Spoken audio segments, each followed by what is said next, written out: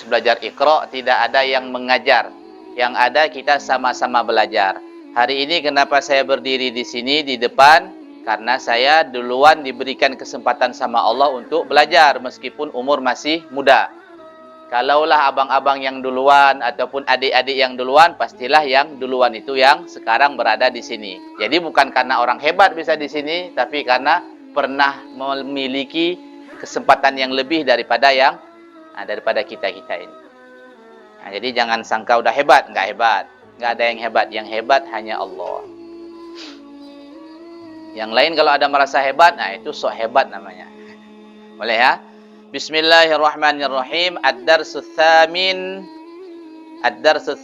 ashar fi tatsa'ub wal utas. Pelajaran ke-18 pada mengatakan bab tentang menguap dan bersin. Menguap dan bersin. Asin. Nah, adalah menguap itu kebiasaannya karena mengantuk. Kalau kita menguap ini kan salah satu sebabnya karena mengantuk. Ataupun karena perasaan berat badan sebab padat perut ataupun sebab terlalu banyak makan. Ini juga menyebabkan ngantuk. Kalau sudah kenyang, ini mata ketarik. Kalau ada mata ketarik, itulah tidur ya. Nah, pertama sebelum tidur muqaddimahnya ini pemanasannya. Jadi kalau ngaji dah itu ada dua kemungkinan kalau kita. Kalau masih jam 9 ya. Yang satu memang dia kurang gizi. Nah, jam 9 soalnya. Yang satu lagi memang dia betul-betul mengantuk karena tadinya capek kali bekerja. Tapi kalau dia jam 10 nanti itu wajar. Adalah meringankan badan. Masya Allah, bersin ini menyebabkan badan kita menjadi lebih ringan. Maka dalam Islam telah diatur cara-cara yang baik untuk kedua-duanya. Nabi SAW bersabda, "Idza tatha'aba ahadukum falyumsik biyadihi ala fihi, fa inna syaitana yadkhulu fih." Artinya, apabila salah seorang kamu menguap, maka penting benar ia menutup mulutnya dengan tangannya. Karena bahwasanya syaitan masuk waktu itu. Nah, jadi kalau menguap disunahkan menutup. Boleh seperti ini, boleh juga seperti ini. Tapi dulu waktu kita belajar dianjurkan dibalik tangannya. Nah, yang intinya jangan. Setan tertawa. Kalau kita menguap, tapi kita enggak menutup mulut kita, setan ini tertawa. Masya Allah. Masuk dia. Masuk ke dalam tubuh kita. Sehingga kita malas beribadah. Dan sabdanya pula, Nabi bersabda, "Idza tatha'aba ahadukum fala ya'wi, fa inna syaitana yadhaku minhu." Apabila kamu menguap, maka jangan ia membuka suara karena bahwasanya syaitan menertawainya. Jadi kalau menguap ini jangan sampai ada suara. Itu, ini syaitan ketawa nih. Si fulan ini jahil betul ya. Umur 40 tahun menguap pun masih bersuara. Nah, ini hati-hati. Kalau kita di kalangan orang nggak punya adab, nggak apa-apa. Nggak apa-apa kita kan. Nah, tapi di kalangan orang yang punya adab, sempat bersuara malu kita. Nah, menguap, pertama nggak nutup, yang kedua sampai bersuara. Harus jaga benar, malu kita benar ini. Bejanggut tapi menguapnya. Ya Allah.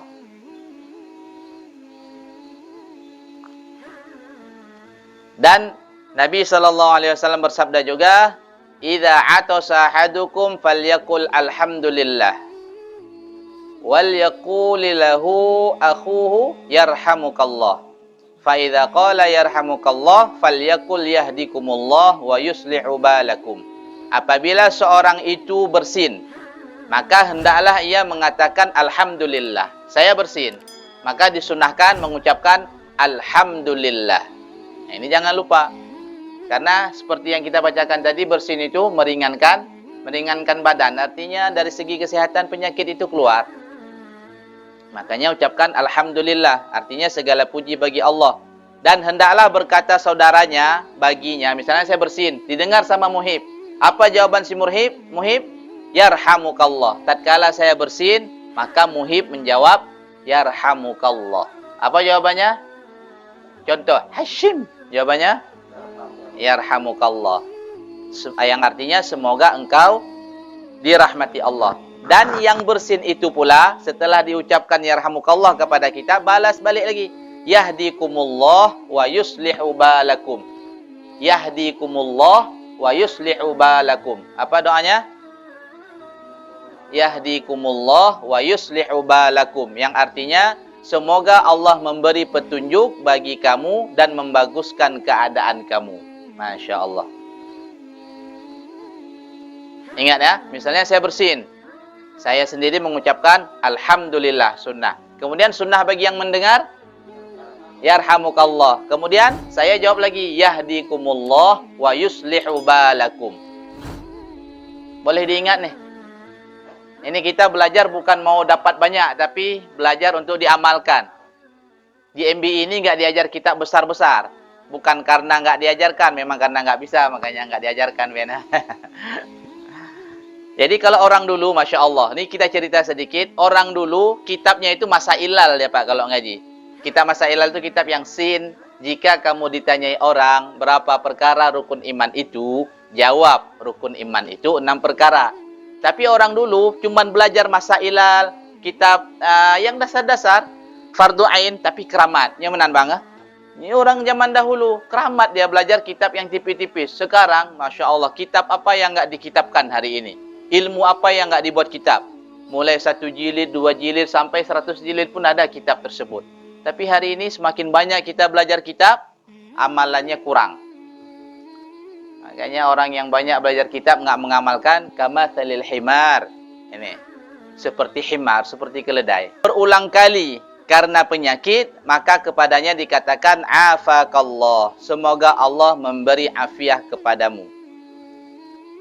Kalau sering bersin, Hashim, Hashim. 1 menit kemudian, bersin lagi. Maka doanya apa? Afakallah. Semoga Allah memberikan kesehatan kepadamu. Masya Allah, indah Islam ini. Senantiasa mendoakan orang lain. Apa doanya? Afakallah. Boleh dipraktek nih ya. Kalau apa?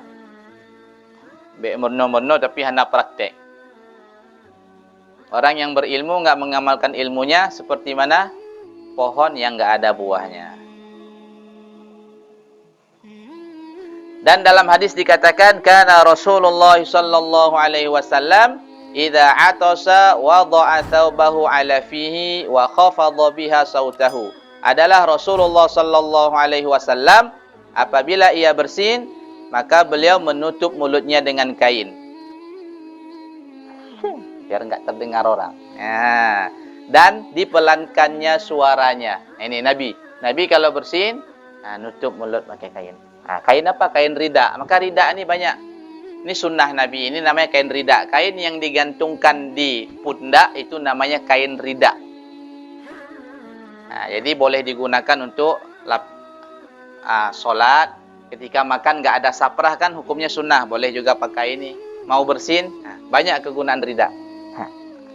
Pakainya bebas. Boleh seperti ini, boleh kayak abu-abu kita di sini model segitiga dia.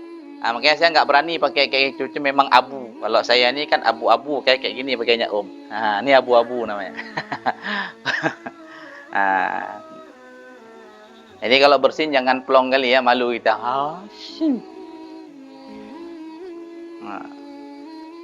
Suaranya disunahkan untuk dipelankan supaya nggak terdengar orang. Jadi agama Islam ini mengajarkan kita ini adab, rasa malu. Kalau di Arab, ini saya tinggal di Yaman dahulu, kalau ada wanita hamil, ini mereka nggak berani keluar rumah. Sehingga tahu-tahu anaknya udah lahir. Malu mereka kalau hamil, dilihat sama orang. Beda dengan kita sekarang kan, kalau hamil semua satu kampung tahu. Pagi diajak jalan. Alasannya untuk kesehatan. Ternyata banyak yang lahir sesar. Kalau di Arab sana nggak ada. Jarang mereka keluar, tapi lahirnya itu banyak yang normal, Bendri, luar biasa. Terus saya lihat lagi adat mereka, kalau mereka baru menikah, dia ada perasaan malu kalau langsung lahir anak. 9 bulan 10 hari. Padahal kan nggak apa-apa nih menurut syariat. Gitu. Tapi mereka ada malu, takut seolah-olah bulannya ini nggak cukup. Gitu. Kalau kita kan bangga nih, begitu nikah 6 bulan 5 bulan dah lahir anaknya, bangga kita nih. Dah hilang rasa malu kita.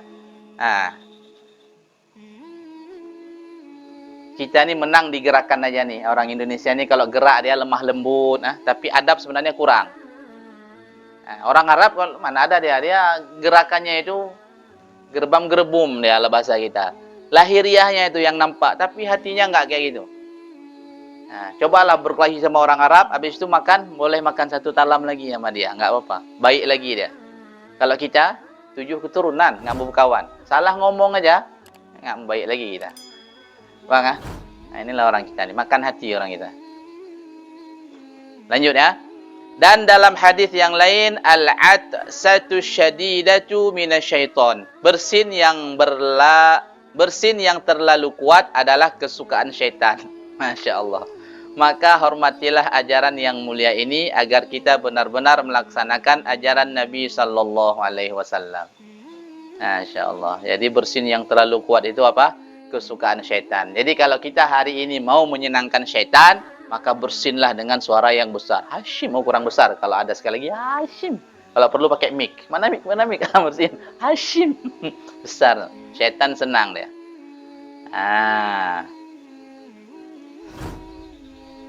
Ada pertanyaan ini. Ini satu bab sudah habis. Balik abang itu dulu.